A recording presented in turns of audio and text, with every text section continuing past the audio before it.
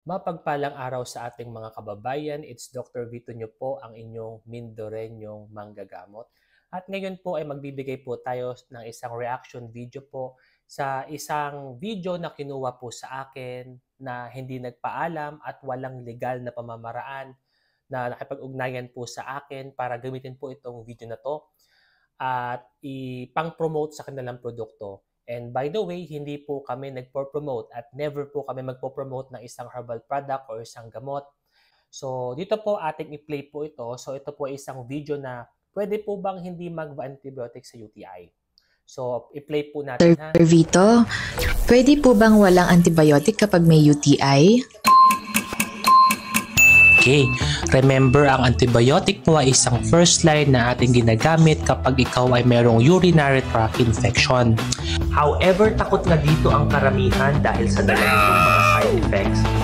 Kaya kung ikaw po ay nakakaranas po ng lagnat, nahihirapan ka pong umihi, nasusuka ka o naduduwal, sumasakit ang iyong puso at likod, may re-recommenda ko po Na papansin nyo po doon sa nung bigla nilang pinapalitan yung video, no?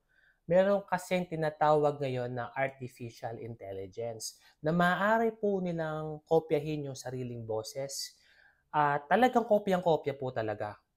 So mapapansin nyo po dun pa lamang. Ito po kapatid, itong Natural Healing Drops, hindi ko po ito pinopromote. Wala po akong kinalaman sa kanilang company. At sana po ito po ay mausisa po ng FDA din po, no, na sana yung mga gumagawa po nito na kinukuha sa amin yung mga videos, nawa po ay ma-double check kung talagang sila, kung legit po talaga yung company nila, kung FDA approved pa po yung produkto nila, at kung ito po ba ay nakakatulong. Ang advice ko po sa inyo mga kapatid pagdating po sa ganito, wag po tayong, kung kayo po ay isang mga negosyante po, wag natin gamitin po ang mga doktor at palitan yung kanilang mga video, ikakarap po natin ng para po pumenta. Kasi po sa akin po, kawawa din yung mga pasyente po maniniwala po sa inyo. Tingnan niyo po ito. May re-recommenda ko po sa inyo ang isang mabisang herbal drops, ang Doc Natural, Pure Sambong and Banaba Extract. Good for... Napansin niyo po, ang galing po nung halos to kopya po yung boses eh. Mapapansin niyo po. Kung sa napanood niyo po yung mga video ko, hindi po yan sinabi ko kasi wala naman, ano po bang Doc Natural Healing Drops? So, hindi ko po nga po alam, nakita ko nga lang po yan eh. Nakakatuwa nga lang po kasi nga po kopyang-kopya yung voice namin. So, ito daw po ay nakakatulong sa kidneys, liver, uric acid, blood sugar. Natural, Pure Sambong and Banaba Extract. Good for kidneys, liver, uric acid, blood sugar, cholesterol at marami pang iba. 3 beses sa isang araw, 3 patak sa inumin sa po, no? Lahat ng sakit nandun na po lahat. So napakahusay naman ng herbal product na to. Lahat po ng sakit na andun na. So dito, Dr. Dito, Prevention is always better than cure. Ano po? mag-message lamang po sa page ng Doc Natural para makakuha ito at matulungan namin kayo.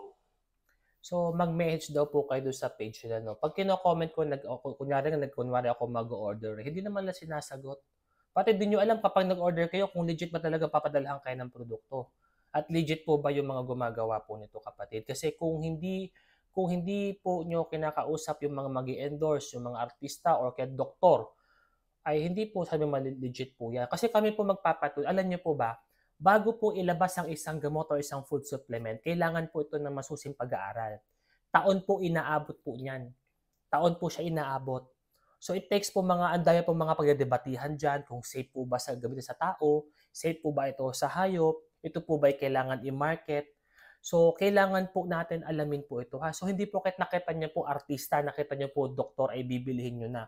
Nakikita ko po yung mga sikat na doktor po na ganito rin po yung nagiging problema. Yun nga lang, di naman po ako sikat na doktor po. So at least po nakikita ko lang po na kawawa naman yung mapagbibilhan po nito. Nakakaawa po yung mga tao na maniniwala po dito na ito po ay aming ini-endorso. Well, hindi ko po sinasabing hindi po ito epektibo. Hindi ko po sinasabi na ito po ay masama. Pero ang nakita ko masama pong ginawa niyo po dito ay hindi nyo man lang po pinag-alam sa amin na gagamitin nyo po yung aming video at pinalitan nyo pa po yung aming content, yung aming mga sanaysay at gumamit na po kayo ng artificial intelligence po para kopyahin ng aming boses. So ito po, habang buhay niyo pong magiging konsensya niyo po yan. Habang buhay niyo pong dadalhin yan. Ang tanong ko lamang po kung yan po ba pagdating sa langit po ay talaga pong credible po ba kayo dyan? Ang tanong po kung kayo po ba ay aakuin niyo po yung liability niyo pagdating po sa langit sa ginagawa niyo po. Dahil bakit po kapatid, buhay po ng pasyente na mga mamamayan po natin mahihirap na umaasa po sa ganyang alternatibo. Kung ang gagamitin niyo po is video lamang po namin para po makabenta po tayo. So sana po makarating po ito sa inyo. At nakita ko po may FDA po doon na tapos may address. So siguro wala kasi akong time. Pero taga naman po ako nakita ko yung probinsya. So baka daanan ko na lang po kayo siguro at para makausap ko na lamang po kayo kung legit po ba yung company ninyo. Okay? Maraming salamat po.